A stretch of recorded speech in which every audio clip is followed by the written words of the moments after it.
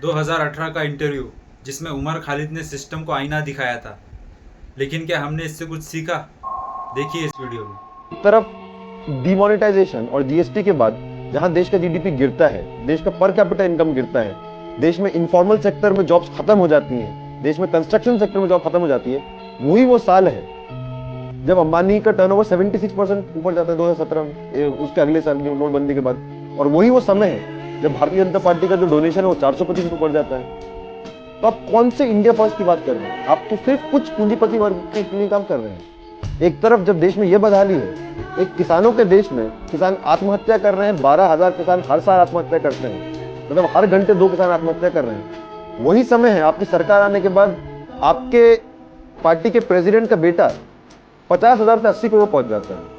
तो कौन से इंडिया फर्स्ट की बात कर रहे हैं? आपके हिंदुस्तान के विजन में हिंदुस्तान के किसान नहीं आते, आपके हिंदुस्तान के विजन में हिंदुस्तान के मजदूर नहीं आते, हिंदुस्तान की महिलाएं नहीं आती, हिंदुस्तान के सारे मेहनतकश लोग नहीं आते, दलित आदिवासी नहीं आते, मुसलमान नहीं आते। तो फिर आप कौन से इंडिया फर्स्ट की बात कर रहे हैं? जब आप हिंदुस्तान की बात करते हैं तो आपको हिंदुस्तान से कोई मतलब ही नहीं। मतलब इनका धर्म, ईमान सब सत्ता है, पैसा है। ये हिंदुओं की भी नहीं है, मुसलमानों की भी नहीं है। सब लोग इस पूरे जो उन्माद फैलाया जा रहा है, कभी राष्ट्रवाद के नाम पे, कभी और चीजों के नाम पे, मतलब अभी सिर्फ एक राष्ट्रवाद ही नहीं है, राष्ट्रवाद के साथ जोड़ा जाता है हिंदू धर्म। ये बोला जाता है हिंदू खतरे में, मतलब एक राष्ट्रवाद में राष्ट्र के कितने खतरे हैं उन सबको खत्म कर देना चाहिए, इतना एंटी नेशनल है। ये बोला जाता है हिंदू धर्म ही खतरे में।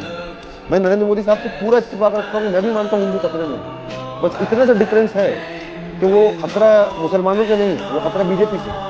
जब देश में रोजगार ही नहीं होगा तो ना मुसलमान को ना हिंदू को किसी को भी रोजगार नहीं मिलेगा। जब रोजगार कम होंगे और बोला जाएगा पकौड़ा बेचो, तो हिंदू मुसलमान दोनों ही पकौड़े बेचेंगे। जब काला धन वापस नहीं आएगा, जब भ्रष्टाचार खत्म नहीं होगा, सबको प्रॉब्लम होगी। वीडियो अगर अच्छी लगी हो तो शेयर जरूर करें।